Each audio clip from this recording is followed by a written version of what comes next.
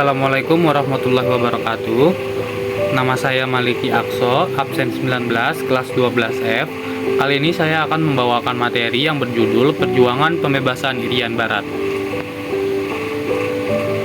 Sejak proklamasi kemerdekaan pada 17 Agustus 1945, dinyatakan bahwa seluruh wilayah Hindia Belanda merupakan bagian dari Indonesia, termasuk wilayah Irian Barat.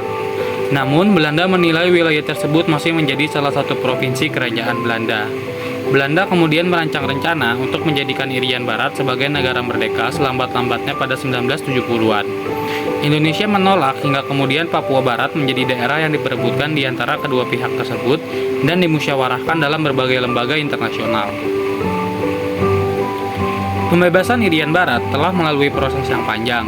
Ada konferensi meja bundar atau KMB pada 1949 yang dilaksanakan di Den Haag, Belanda, yang bertujuan mempertemukan pihak Indonesia dan Belanda untuk menyelesaikan persengketaan di antara kedua belah pihak untuk mencapai kesepakatan tentang pengakuan kedaulatan Indonesia. Salah satunya persengketaan mengenai wilayah Irian Barat. Delegasi Belanda memandang Papua Barat tidak memiliki hubungan dengan Indonesia, sehingga pihak Belanda berkeinginan untuk memberikan status khusus. Namun, delegasi Indonesia berpendapat bahwa Irian Barat merupakan bagian dari Indonesia Timur dan termasuk ke dalam wilayah Republik Indonesia Serikat atau RIS. Negosiasi telah dilakukan oleh kedua belah pihak, namun tak kunjung mencapai kesepakatan. Akhirnya, Indonesia memilih untuk melakukan konfrontasi politik dan ekonomi. Tindakan tersebut memicu Belanda untuk memperkuat pasukan militernya di Irian Barat.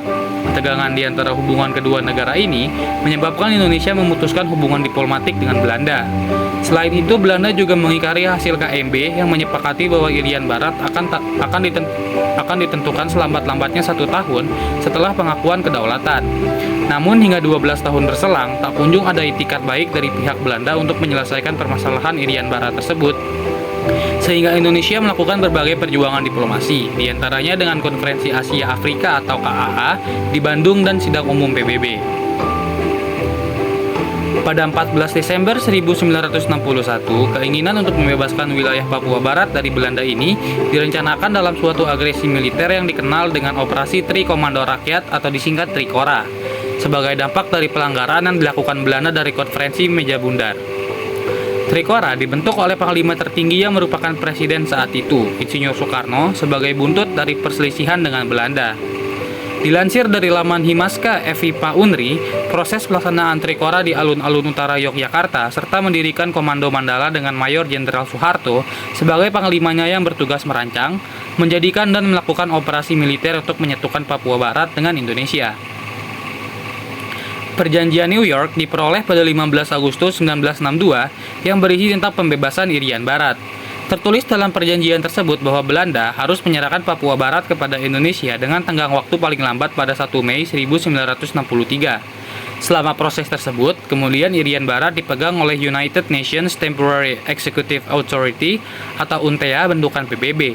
Selain itu, disebutkan bahwa pihak Belanda harus menarik pasukan militernya dari Irian Barat, sedangkan pihak Indonesia diizinkan untuk berada di sana meski tetap dalam pengawasan UNTEA. Pada 1 Oktober 1962, Belanda menyerahkan otoritas administrasi Papua kepada UNTEA. Lalu pada 31 Desember 1962, bendera Belanda resmi diturunkan dan digantikan dengan bendera merah putih.